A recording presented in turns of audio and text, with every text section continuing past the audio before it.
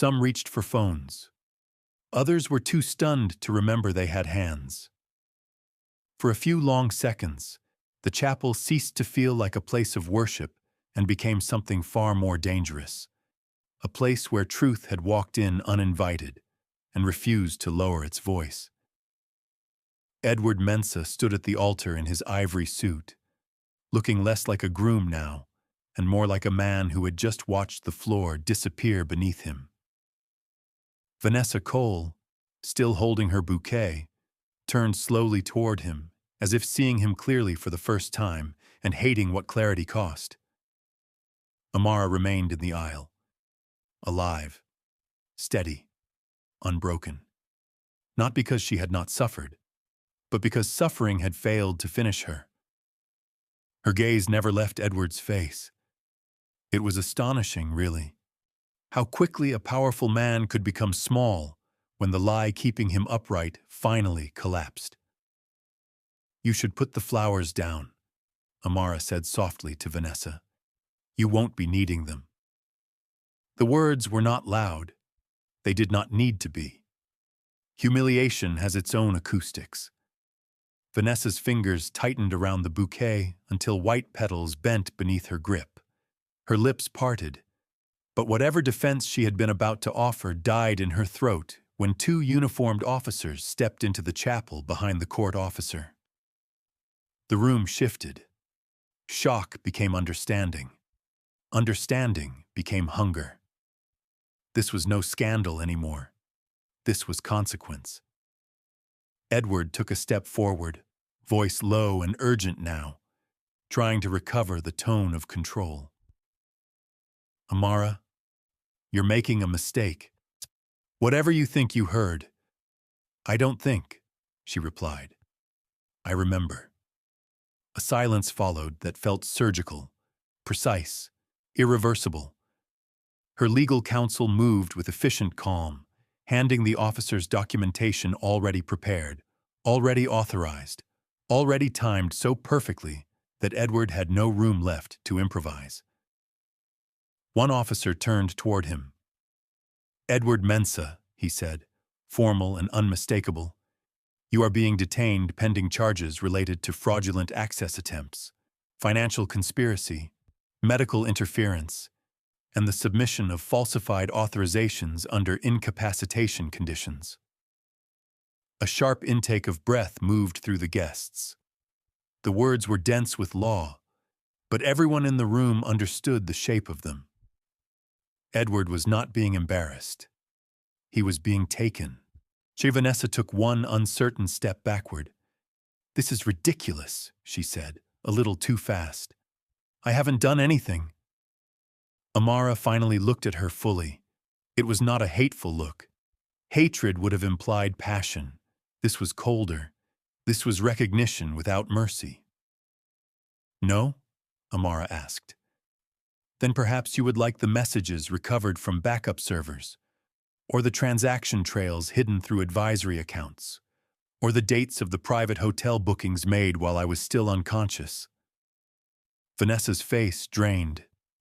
There are moments when people learn that money, posture, and inherited confidence cannot protect them from hard evidence. This was one of those moments. The second officer stepped toward her. "Vanessa Cole, you are also being detained pending investigation into conspiracy for financial gain, or unlawful coordination related to protected medical conditions and associated fraud." "No," she said at once.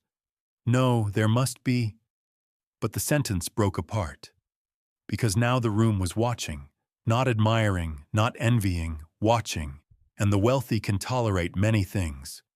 They can tolerate cruelty when it is discreet. They can tolerate affairs when they are elegant. They can tolerate moral rot so long as it keeps good table manners. But public ruin, that they never forgive. Edward looked around the chapel as if searching for an ally. He found only faces pulling away from him in real time. Men who had shaken his hand now refused to meet his eyes. Women who had praised Vanessa's taste moments earlier now drew slightly aside as if disgrace might stain silk. Vanessa turned toward Edward then, truly turned toward him. And what she saw in his face finally broke whatever illusion she had been holding together. Because he was not looking at her like a partner. He was looking at her like a complication. And she, perhaps for the first time, understood what Amara had learned too late. Edward loved no one. He only pursued advantage. The priest lowered his head and stepped away from the altar. The quartet had long since stopped playing. One of the older women near the front crossed herself. Amara drew a breath, steady but careful. Dr. Daniel Adebayo, standing at her side, noticed the slight tension in her shoulders and shifted almost imperceptibly closer, not to overshadow her, not to rescue her, but to remind her that if she leaned, she would not fall alone. It was a small thing, only support. But for Amara, who had spent so much of her life standing against the world with no visible hand beneath her elbow, it mattered. Edward noticed it too, and something ugly flashed in his eyes. Not grief, not remorse, jealousy, even now, even here.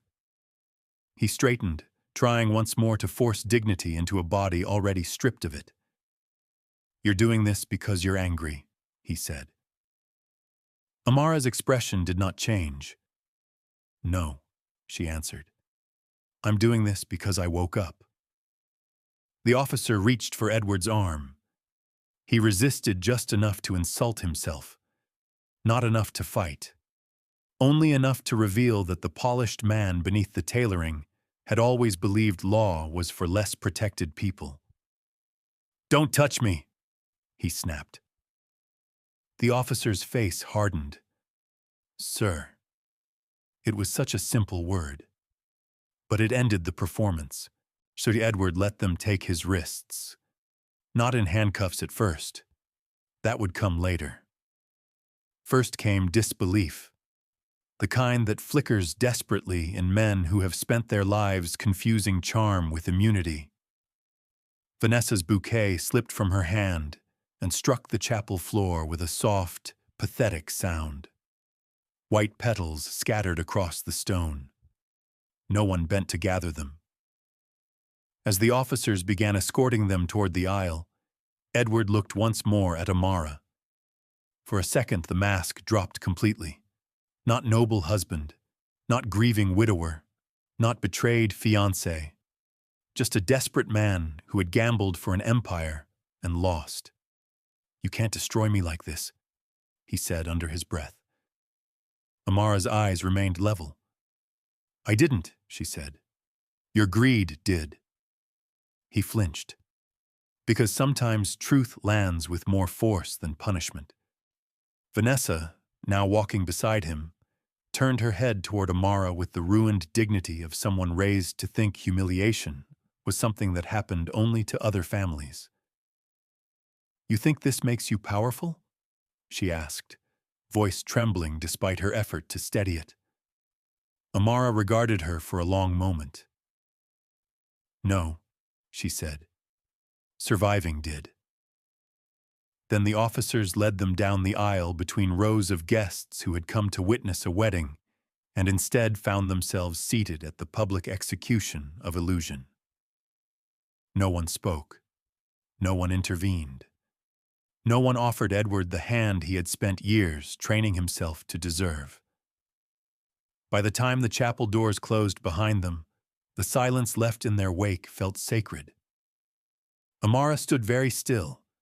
The air in the room seemed to return all at once. Sound came back in pieces.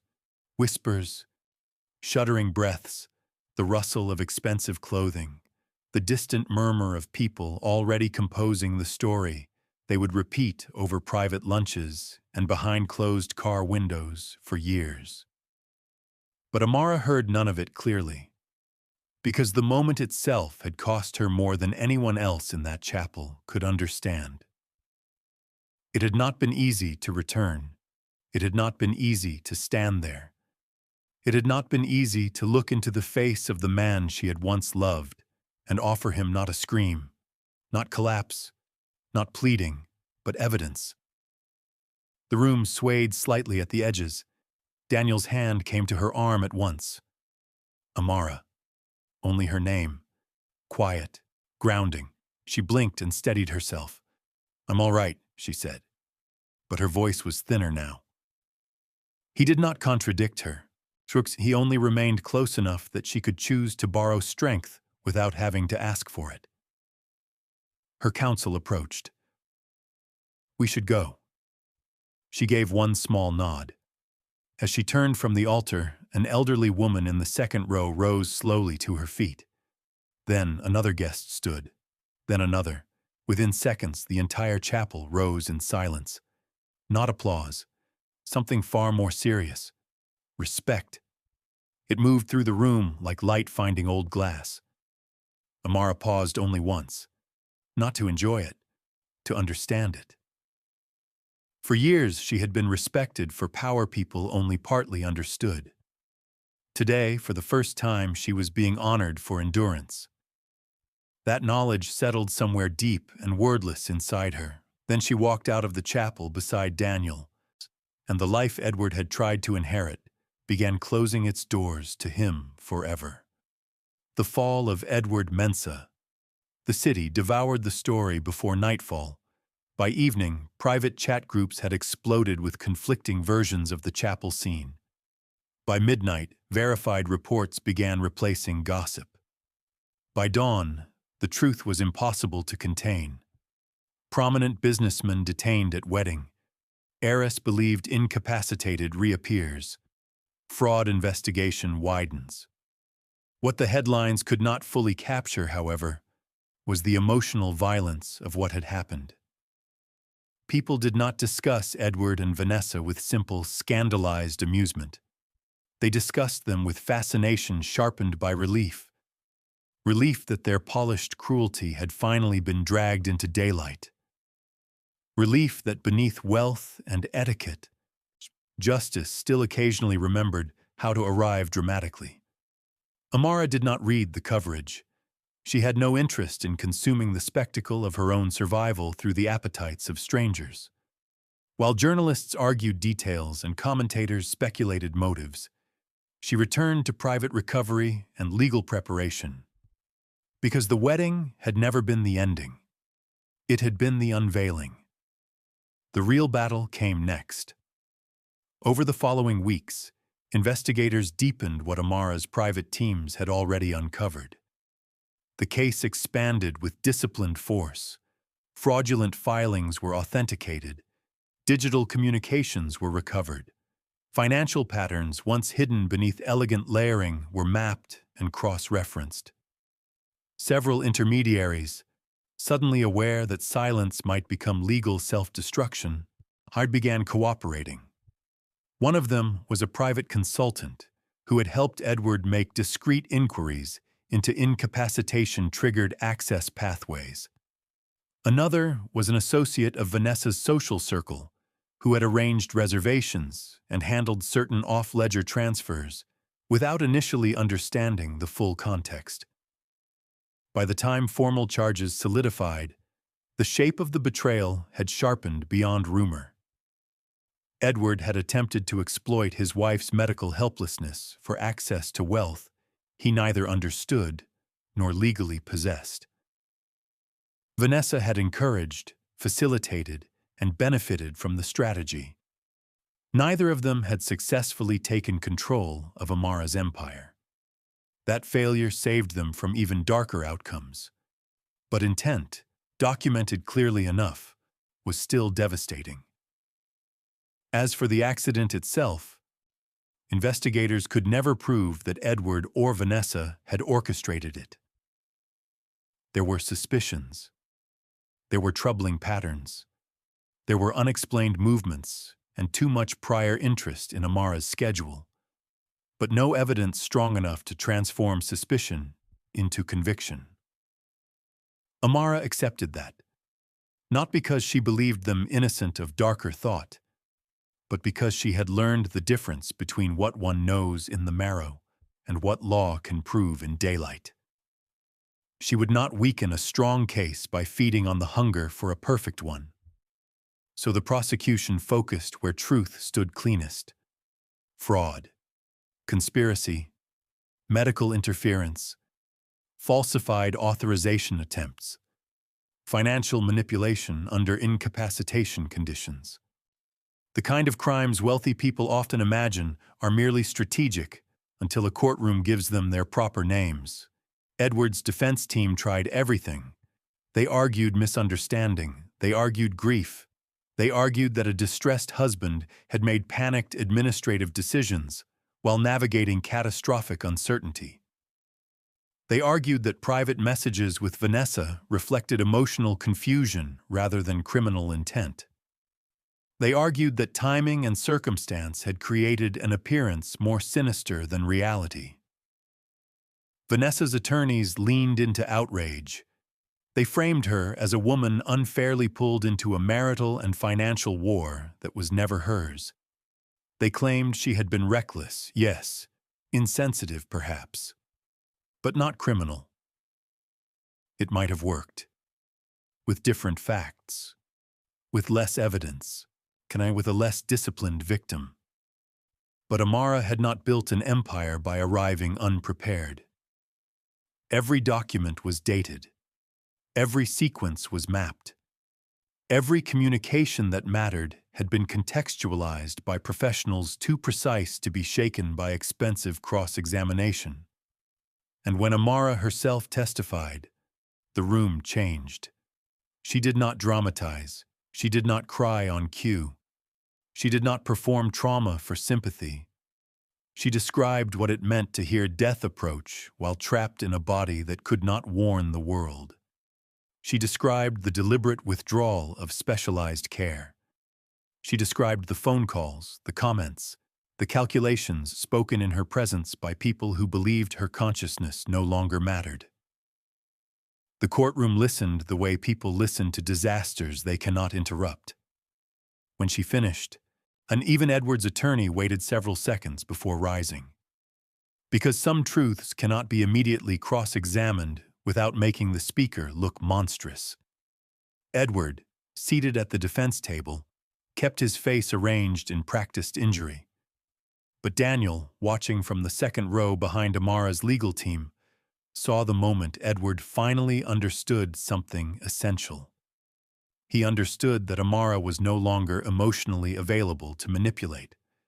Not with love, not with history, not with guilt. She was done surviving him, and a woman who no longer needs the lie becomes very difficult to defeat.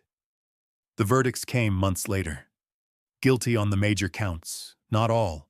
Enough, more than enough. Edward received a custodial sentence, severe financial penalties, civil restrictions, and permanent exclusion from multiple corporate and fiduciary structures linked to Amara's world. Vanessa received a shorter but still devastating sentence: financial sanctions, public exposure, and the collapse of every social circle that had once mistaken pedigree for character. When the judge read the consequences aloud, Edward did not look at Amara. Vanessa did. For the first time, there was no arrogance left in her face, only disbelief so raw it bordered on childishness, as if consequence itself were an offense against her upbringing. Outside the courthouse, reporters shouted questions into the blur of movement, glass doors, and security lines. Amara did not stop. She descended the steps with Daniel beside her, her counsel behind her, and the city's cameras struggling to turn survival into spectacle. "What do you feel today?" one voice called. She paused only once, turned only slightly, and answered with the calm of someone who had spent too long building herself back together to waste language now. "Free," she said. Then she kept walking. The slow return of light justice, Amara discovered, was not the same thing as peace. It closed wounds differently. It gave structure to violation. It named the damage. It reduced monsters to defendants and evidence to verdict. But after the noise ended, after the legal language hardened into final orders and prison doors closed behind the people who had nearly built their future over her still body, what remained was quieter and far more difficult. Recovery. Not the dramatic kind. Not the kind that arrives under music or montage. The stubborn, daily kind. The kind built from pain management schedules, physical therapy, neurological fatigue, bad nights, shaking hands, unfinished sentences, and mornings when simply getting upright felt like a negotiation with gravity. Amara returned gradually to one of her private residences, an estate she had always considered beautiful, but had rarely allowed herself time to truly inhabit. It sat beyond the noisiest part of the city, surrounded by old trees and long stone paths that curved through gardens her mother had once helped design. There, under the supervision of a small, trusted team, she rebuilt herself. Daniel remained central to that process. At first, he came strictly as her physician, then as her physician and advocate, then as something more difficult to name. He monitored medication, rehabilitation strategy, and stress thresholds with professional rigor. He argued with therapists when he believed they pushed too hard. He argued with Amara when he believed she pushed herself harder still, which was often. "You cannot negotiate with your nervous system like it's an acquisition," he told her one afternoon, after catching her trying to work through a tremor severe enough to blur the text on her tablet. She looked up from the terrace chair where she had been pretending not to be exhausted. "Are you saying my management style is ineffective?" "I'm saying your body is not a boardroom." "Unfortunate." He gave her the kind of look that would have intimidated most people. It did not intimidate her. That was part of why he trusted her. Another part was this: she did not use vulnerability to control the room. She had every reason to become harder after what happened. Instead, as the months passed, she became clearer. Not softer in the foolish sense. Softer in the way tempered steel has survived fire. Some afternoons, they sat in the garden after therapy sessions had ended and spoke of things unrelated to trauma.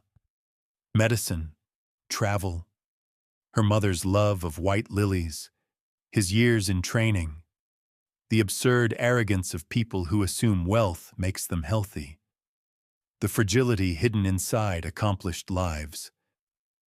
He learned that she loved rain when she did not have to be anywhere in it.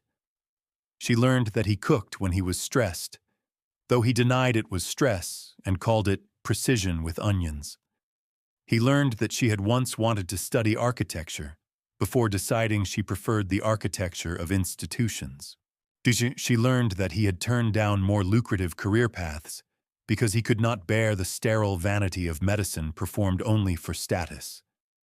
And slowly, in the spaces between appointments and arguments and recovering breath, something unplanned began to form. It did not resemble what she had felt for Edward. That realization came with its own quiet shock. With Edward, attraction had arrived polished. It had been attentive, flattering, elegant. She had mistaken being studied for being understood. What she felt with Daniel was less theatrical and far more dangerous, because it was built on truth. He had seen her unable to move. He had seen her furious, exhausted, medicated, unsteady, frightened, and brilliant. He had seen her when survival stripped away every decorative version of self, and still he remained. Not hovering, not possessing, not performing devotion for an audience, simply present. The first time Amara understood she might be falling in love with him, she was standing barefoot in the kitchen late one evening, trying to pour water into a glass, while her hand still trembled slightly from a difficult session. Daniel took the pitcher from her without comment, filled the glass, and set it back in front of her. He did it with such unself-conscious gentleness that her throat tightened unexpectedly. Not because he had helped as though helping her cost him nothing of his dignity. She looked at him, really looked, at the fatigue under his eyes from too many long days, at the calm steadiness of his hands, at the restraint with which he always offered care, saw never forcing her to become smaller in order to receive it. "You should rest," he said. She kept watching him. "I think," she said slowly, "you may be becoming inconvenient." One corner of his mouth moved. "For whom?" She lowered her gaze to the glass before answering. "For my peace." He said nothing. Not immediately.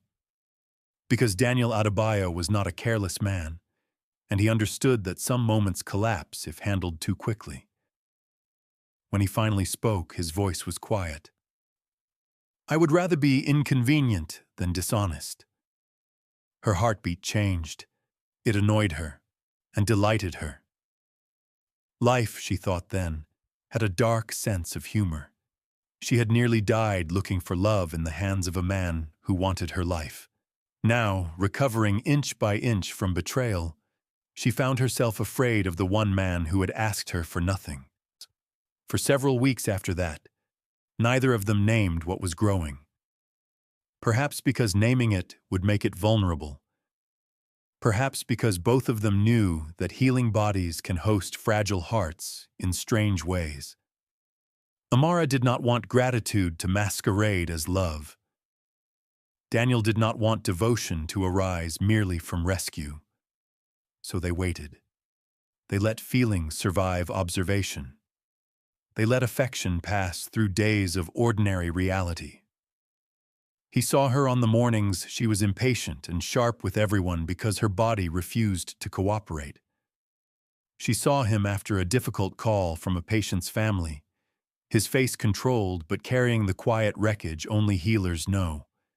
He challenged her when she tried to return too quickly to high-level negotiations.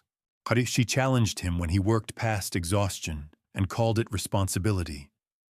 And with each passing week, what lay between them became less uncertain. Not because it grew louder, because it remained when silence came. What love looked like the second time. The first time Amara married, she had hidden herself to test whether she could be loved without the weight of her wealth. The experiment had been noble in longing and catastrophic in outcome. This time she hid nothing. She did not minimize what she owned. She did not soften her power. She did not pretend her life was smaller than it was in order to feel worthy of affection. With Daniel, she wanted no counterfeit innocence. If he loved her, he would love the whole terrain. The woman, the scars, the force, the complications, the empire. He did not flinch. One evening, months after the trial, they walked slowly through the estate gardens at dusk. Amara no longer needed support to move, though fatigue still sometimes entered her muscles without warning.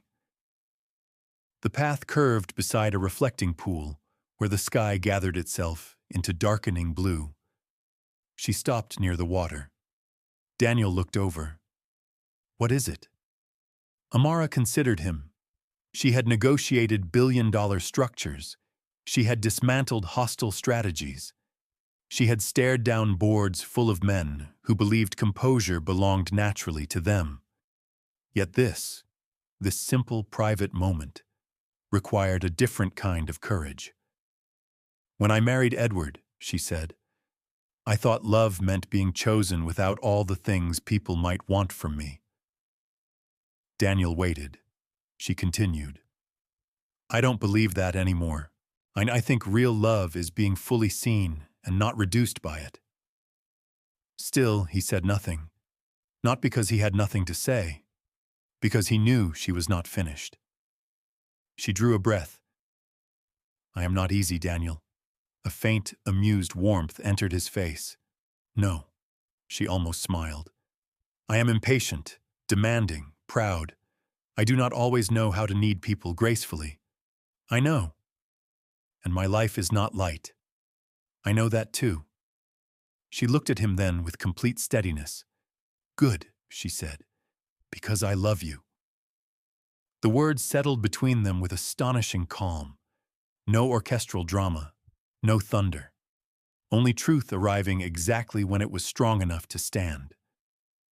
For the first time that evening, Daniel's composure shifted, not into surprise, into feeling. Real feeling. Held tightly because he was the sort of man who did not spend himself cheaply.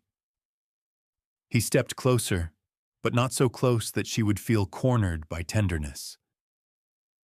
Amara, he said, and her name in his mouth carried more care than many people manage in whole speeches. I have loved you for longer than it would have been ethical to say out loud.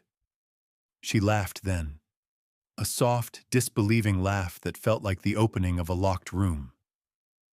That is an extraordinary answer for a doctor. I'm off duty. No, you're not. That may be true. For a moment, neither moved. The wind touched the surface of the pool. Somewhere deeper in the garden, night insects began their patient chorus. Amara reached for his hand first. That mattered. She had spent too much of life being reached for by people who wanted entry. This time she was the one choosing. His fingers closed around hers.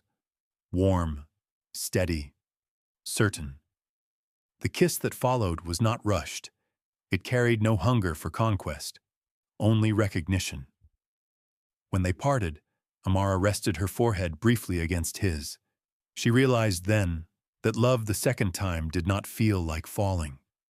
It felt like returning to yourself in the presence of someone who did not require you to become less. The proposal, months later, when her strength had returned enough that even Daniel finally admitted she looked more formidable than fragile. Amara did something that shocked every person who knew her well. She became nervous. It happened on a bright afternoon in the private rehabilitation wing that had once been her war room. The space had changed since those early, brutal weeks. Some of the medical equipment was gone. The sterile edge had softened beneath flowers, books, and the evidence of a life gradually reclaiming itself. Daniel was finishing notes near the window when Amara entered, holding a small velvet box. He looked up at once. Not at the box, at her face. "You look," he said carefully, "like someone about to fire a board." She glanced down at herself. "Do I?" "Yes." "Good." "That is not reassuring." She walked toward him with controlled elegance that would have intimidated governments. And yet he saw the one thing most people would miss. Her left hand trembled just slightly. Not from weakness, from emotion. Daniel straightened slowly. "Amara."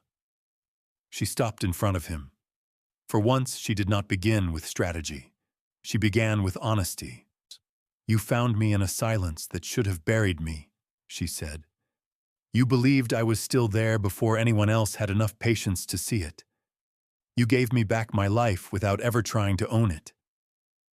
His expression changed almost painfully. She opened the velvet box. Inside was not some absurd display of diamonds designed to impress architecture. It was a ring chosen with rare restraint, elegant, exact, luminous without noise. Daniel stared at it, then at her. "You are aware," he said softly, "that traditionally this is my line. I dislike inefficiency." A faint laugh escaped him despite himself, but her gaze remained steady. "I loved you before I fully understood it," she said. "I trust you more than I ever believed I could trust another human being. I do not want a life in which I survive, and you are merely a chapter in the story of how I did it." His throat moved. She held out the box. "Daniel Adebayo," she said, voice calm, though her pulse was racing hard enough to make her feel 17 and invincible and terrified all at once. "Will you marry me?" For several seconds he said nothing. Then he closed the distance between them. Not to take the ring, to take her face gently between his hands. "Yes," he said, and his voice broke just enough to make the word beautiful. "Yes." She let out a breath she had not realized she was holding. Only then did he take the ring from the box. He looked at it once, then back at her with quiet amusement and something deeper. "You know," he murmured, "Jut, you have made it very difficult for me to plan a dramatic proposal." She lifted one shoulder. "You may propose again later if you need ceremony." "I may." But instead of putting the ring on his own hand, he closed the box, set it aside, and kissed her with such reverence that all the sharp edges inside her went briefly quiet. When they finally told the people closest to them, the response was not gossip, but relief, even joy. The kind that comes when those who love you understand that after devastation, happiness is not owed, but deeply earned. Dr. Adebayo, Daniel, now more often than not outside formal settings, did not become smaller in Amara's world because she loved him. Nor did she become softer in the simplistic way others expected women to when romance returned. They remained themselves. He still argued with her about rest. She still overruled him in business and lost to him in matters involving medicine, sleep, and whether she was pretending not to be tired. But laughter entered the estate more often, the kind that does not need witnesses, and Amara, who had once nearly traded her life for the illusion of being loved, learned at last what it meant to be cherished, without strategy. The wedding she chose. When their wedding day came, it did not arrive under rumor. It arrived under intention. Amara refused extravagance for its own sake. If the first wedding had been a performance built atop deception, this one would be something else entirely. Beautiful, yes, but honest. The ceremony was held not in a public cathedral of status, but in the garden chapel on one of her oldest private properties. A restored stone sanctuary bordered by jacaranda trees and white roses. The guest list was exact. No social parasites, no opportunists, no decorative aristocrats feeding on access. Only those who had stood beside truth when it was expensive. Her legal counsel came. Kofi came, walking with a slight, lingering stiffness, but smiling with the kind of loyalty no money can purchase. A handful of executives from her inner circle came. So did members of Daniel's family, whose warmth transformed parts of the estate that had always been elegant into something unmistakably alive. And Dr. Adebayo's mother, upon meeting Amara properly outside hospitals and courtrooms, held both her hands and said, "So this is the woman my son learned to fear respectfully." Daniel protested. Amara smiled. The morning was clear and gold-lit. By noon, the chapel bells had begun their soft, measured calling. Amara dressed slowly. No trembling assistant zipped her into fantasy. No crowd fussed over excess. She wore ivory again, but this time its meaning was different. The gown was graceful and strong, cut to honor movement rather than spectacle. It did not make her look fragile. It made her look sovereign. As she stood before the mirror, she saw not the woman Edward had tried to bury, nor the woman who had once waited helplessly inside a silent body. She saw every version of herself at once. The hopeful one, the betrayed one, the furious one, the healing one, and the woman now choosing joy without asking permission from pain. A knock came at the door. Daniel, of course, had been told not to see her yet, so naturally it was not Daniel. It was her counsel. He entered only when she permitted it and held out a folder. "The transport is confirmed," he said. Amara's eyes remained on her reflection. "Good." He hesitated. "You are certain?" Now she turned. Yes, he nodded once, understanding both the legal delicacy and the emotional architecture of what had been arranged. Months earlier, after sentencing, Amara had made a private decision no one expected from her. She had no intention of erasing consequence. Edward and Vanessa had deserved the fall they received. They had served time. They had lost standing, wealth, access, and every illusion that once fed them. But vengeance has a ceiling. Past a certain point, it no longer elevates justice. It only keeps the injured chained to the injury. So Amara had done something few would have believed possible. She had begun quiet conversations with the appropriate authorities and legal intermediaries. She did not demand release. She did not purchase absolution. She simply stated that when the time came, she would not oppose supervised conditional clemency on the remaining portions of their sentences, provided restitution agreements were completed and final restrictions remained permanent. Her team had thought the decision merciful. Daniel had understood it differently. Not softness, completion. Today, Edward and Vanessa would be brought under guard to finalize the civil settlement, witness what greed had failed to destroy, and hear from the woman they had once treated as an obstacle between themselves and a fortune. Only after that would the release orders take effect. Not because Amara wanted theater, because she wanted finality to have eyes.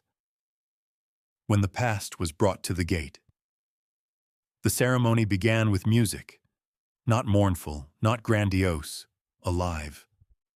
Daniel stood at the front of the garden chapel in a tailored black suit, hands steady, expression calm only to those who did not know him well. To those who loved him, he looked like a man holding joy carefully because it had become too precious to display carelessly.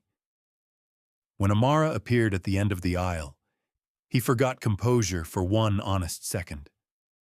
The breath left him. The guests rose. Sunlight touched the stones. White petals stirred in the path. Amara walked slowly, not because she needed support now, but because she understood the cost of arrival. Daniel's gaze never left her, not measuring, not admiring in the shallow way men admire beauty they consider possession, but witnessing. That was the word. He witnessed her. And when she reached him, his smile, quiet, full, unguarded, did more to steady her than all the architecture around them. The officiant began. Words of devotion, words of choice, words that sounded different when spoken over two people who had already met each other in catastrophe and remained. Then, just before the exchange of vows, movement stirred beyond the chapel garden. The guests turned. Two vehicles had arrived under official supervision. The sound they made was not dramatic.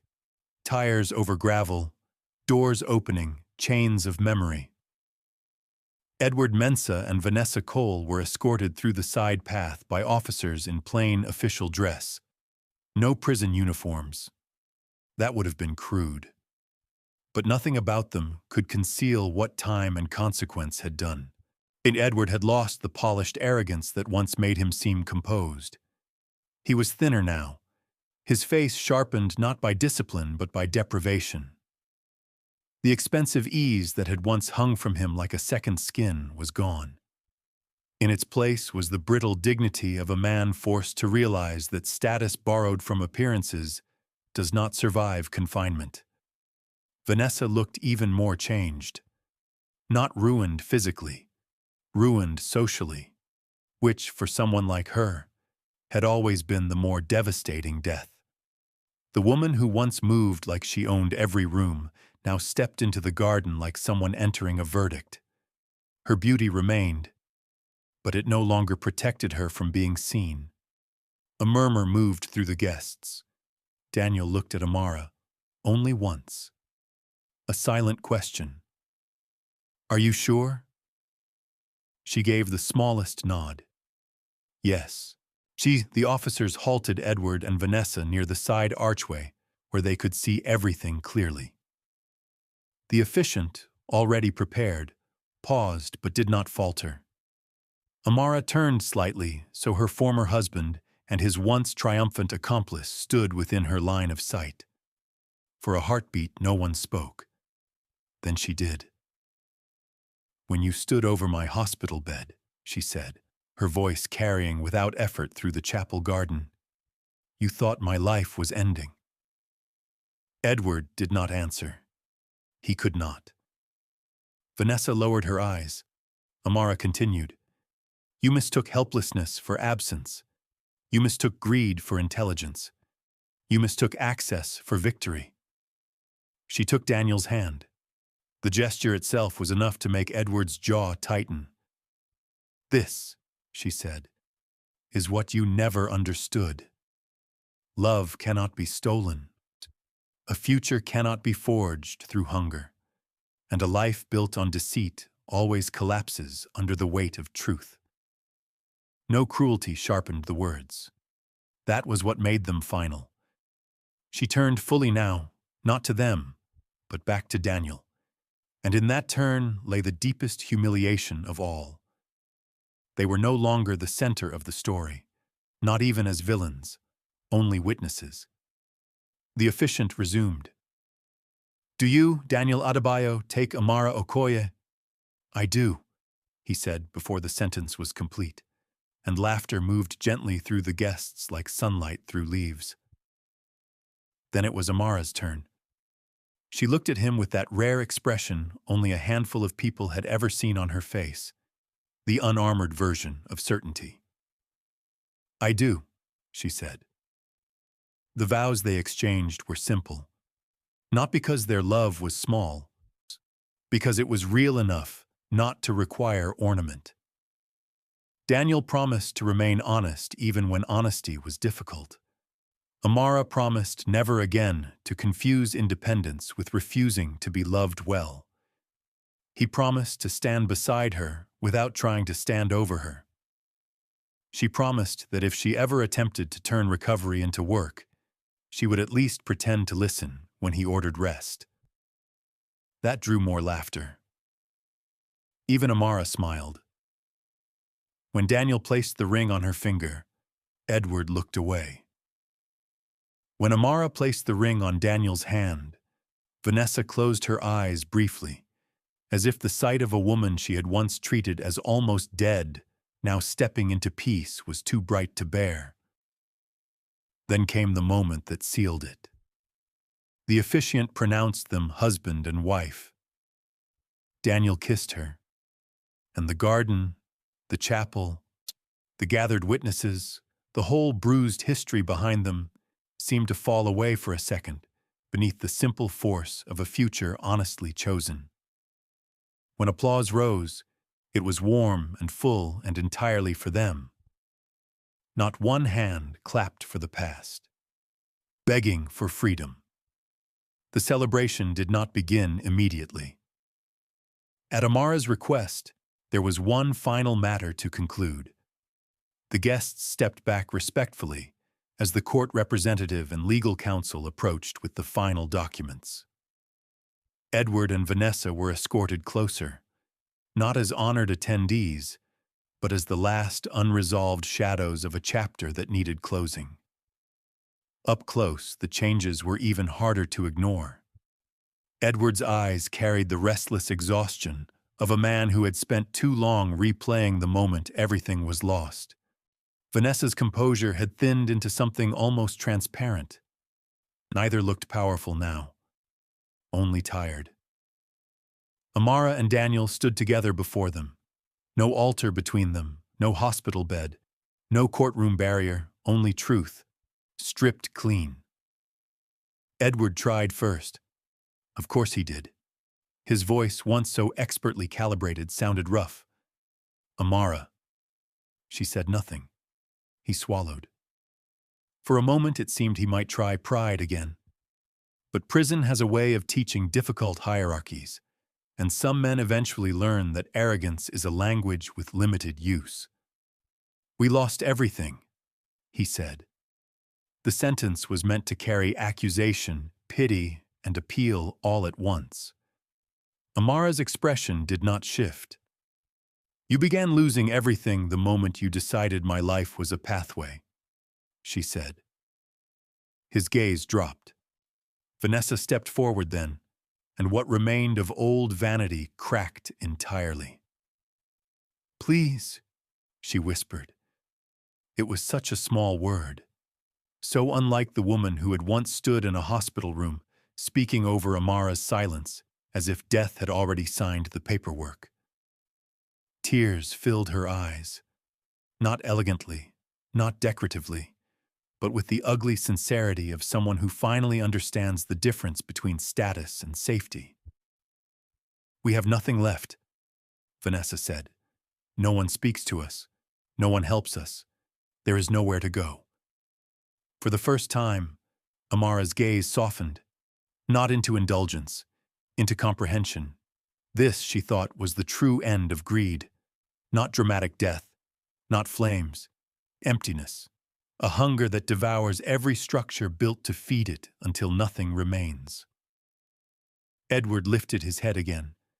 The fight had gone out of him. If there is any mercy in you, he said quietly, let us go. The garden held its breath. Daniel did not interfere. He knew this moment belonged to Amara alone. She looked at Edward and Vanessa for a long time. Then at last she spoke. When I lay trapped inside my body, I thought if I ever stood again, I would want you to feel everything I felt. Neither of them moved. Her voice remained even. The terror, the helplessness, the humiliation, the knowledge that the people nearest to you could become the hands trying to bury you. Vanessa began to cry openly. Edward closed his eyes. Amara continued. But pain is a poor architect. If I built the rest of my life from hatred, then you would still own too much of it. A silence passed through the garden so deep it almost seemed to change the light. She turned to her counsel. He stepped forward with the folder from earlier and handed it to the court representative, who reviewed the contents and gave a brief, formal nod. Then Amara faced Edward and Vanessa again. I have signed my final non-opposition to your supervised early release, she said. The remaining conditions stand. The financial restrictions stand. The record stands. The world you tried to enter through deceit will never open for you again. Vanessa stared at her.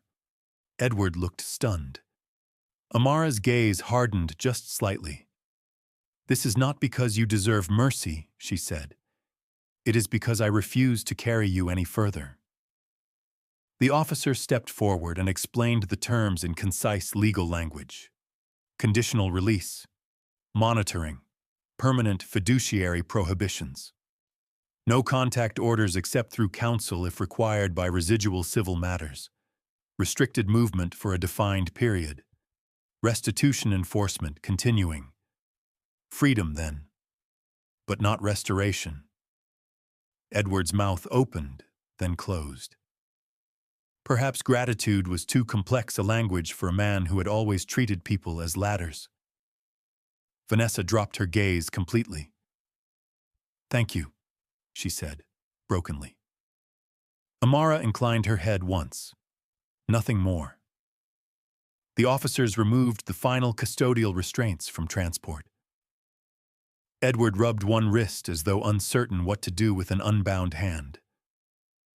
Vanessa looked around the garden, the chapel, the guests, the flowers, the life unfolding without them. Once, she might have envied the beauty of the day. Now she understood she had traded too much for too little to deserve envy as her primary feeling. So she and Edward were led toward the gate. No one stopped them. No one welcomed them. They did not leave as lovers. They left as two people joined only by the wreckage of a shared appetite. Halfway down the path, Edward turned once. Amara was already facing Daniel again. That, more than prison, more than sentencing, more than public disgrace, was the thing that finally ended him. She had moved on, completely. The gates closed behind them. The sound was soft. It echoed anyway. The beginning of peace. After that, the celebration truly began. Music rose again. Glasses caught the afternoon light. Children from Daniel's family ran laughing along the edge of the garden until 3 separate adults told them not to step on the roses, and they ignored all 3 with democratic joy. The heaviness lifted not all at once, but steadily, calling like a sky clearing after a storm that had gone on too long. Amara did not pretend the day had been easy. There were moments when old memory brushed against the edges of happiness. The chapel, the vows, the sight of Edward stripped of all the polish she had once mistaken for character. But each time those shadows tried to enter, something stronger met them. Daniel's hand finding hers beneath the table. Kofi laughing too loudly over a story that involved a disastrous driver training incident years earlier. Daniel's mother insisting Amara eat more because healing does not stop just because you get married. The warmth of chosen people. The ordinary miracle of joy continuing after devastation.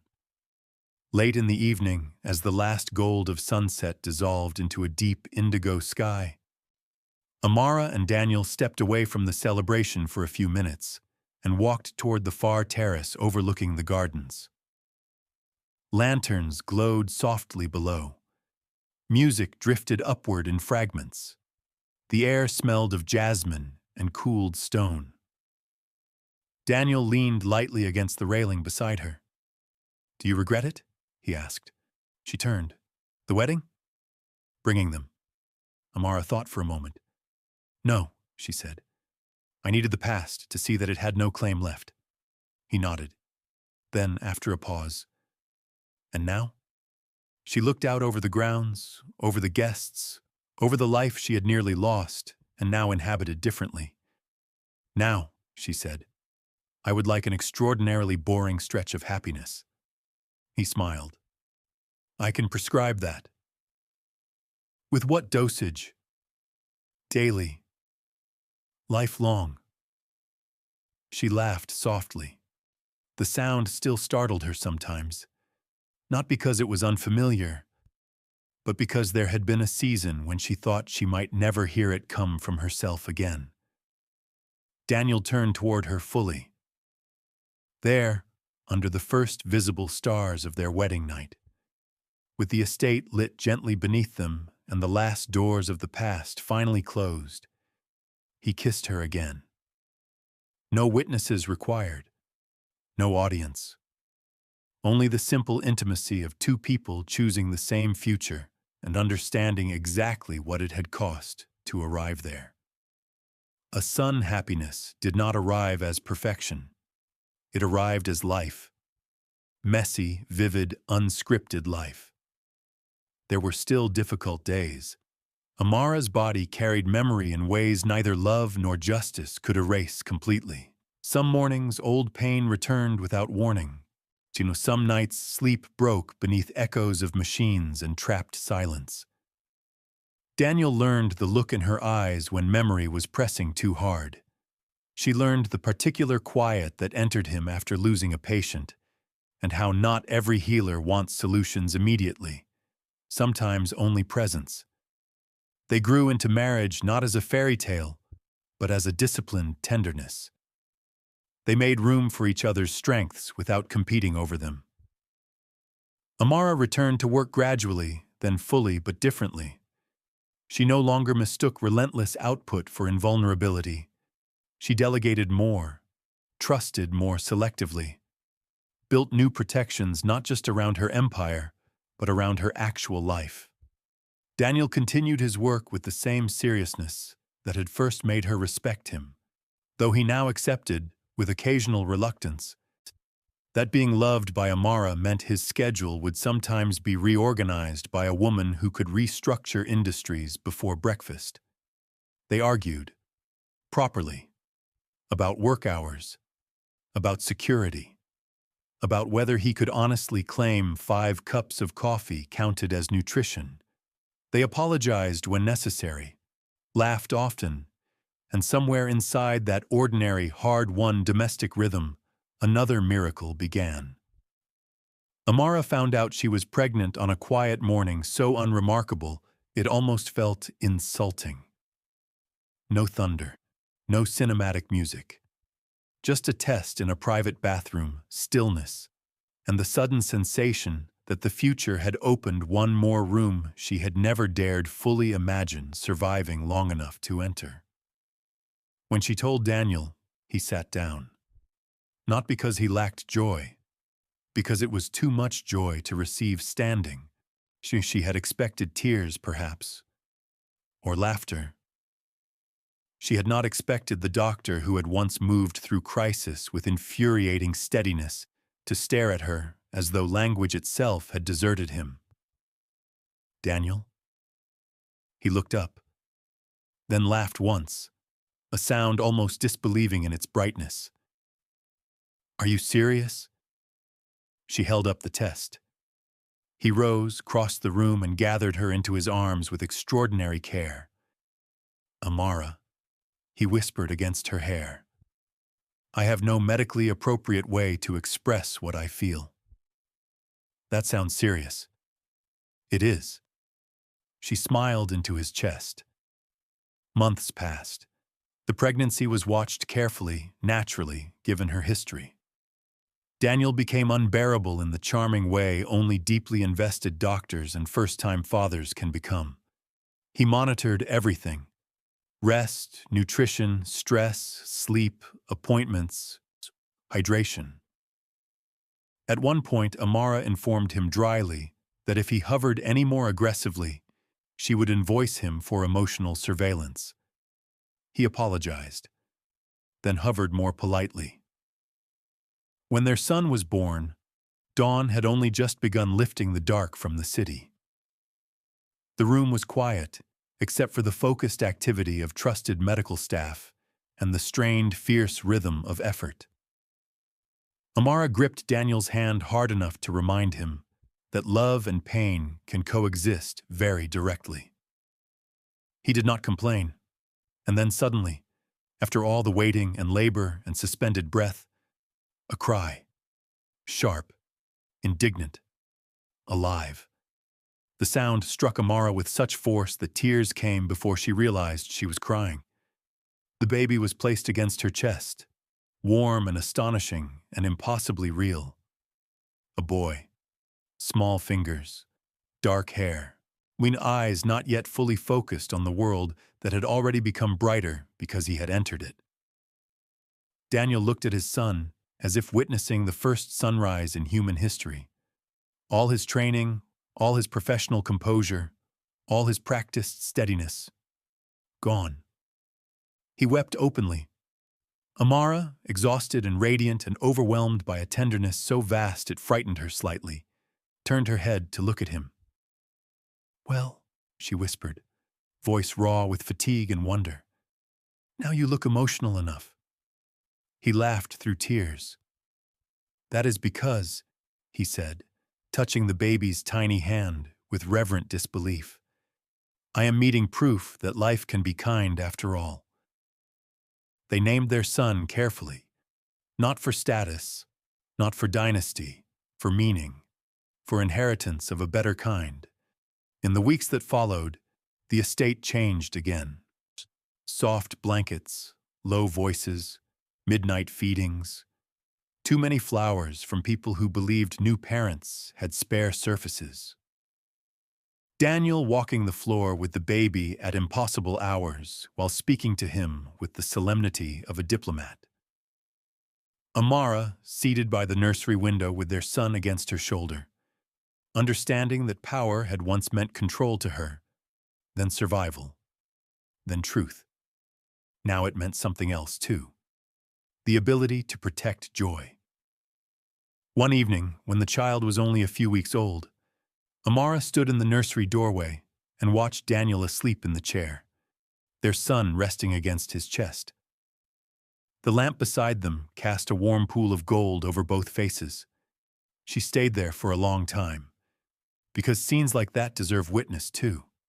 Not only betrayal, not only vengeance, not only dramatic resurrection in chapels before a stunned society. Sometimes the deepest justice is quieter. A man who tried to inherit her life had lost everything to greed.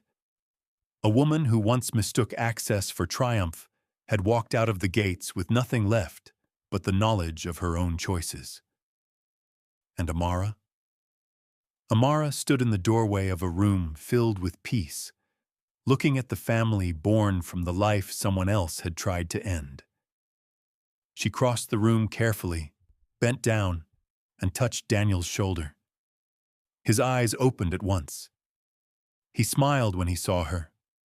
That smile still did something ungovernable to her pulse. "How long have you been standing there?" he murmured. "Long enough to become sentimental. Dangerous." "Very." She looked down at their son. "He has your stubborn forehead." Daniel glanced at the baby. "And your refusal to sleep efficiently. Then he is doomed to greatness."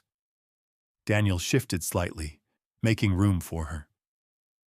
Amara sat beside him, and together they watched the child breathe. No machines, no beeping monitors, no ventilator hiss, only the quiet rise and fall of a small chest in a safe room full of ordinary love. For a moment, memory stirred. The hospital, the paralysis, the terror of being alive inside silence while danger stood at her bedside. But the memory no longer ruled the room, because now another sound existed over it. A child's soft breath, her husband's steady presence, the living proof that not every story ends where cruelty intended. Amara rested her head lightly against Daniel's shoulder. Outside, night settled peacefully over the estate. Inside, their son slept. And in the stillness, surrounded not by ambition or betrayal, but by the fragile, powerful beauty of a life honestly rebuilt, Amara began at last to understand the true shape of victory. It was not revenge, not really, not the public collapse, not the courtroom, not even the wedding where the past had been made to stand still and witness its own defeat. Victory was this: to live, to love without illusion, to be loved without fear, to hold in her arms, after everything, a future that had not been stolen. And as the house breathed around them, and dawn waited somewhere beyond the dark, Amara closed her eyes for just a second and let gratitude arrive without suspicion. The woman who had once lain motionless beneath fluorescent light while greed whispered over her body was gone.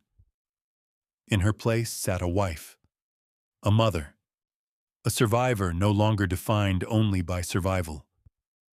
And for the first time in a very long time, the next chapter did not feel like something she had to conquer. It felt like home,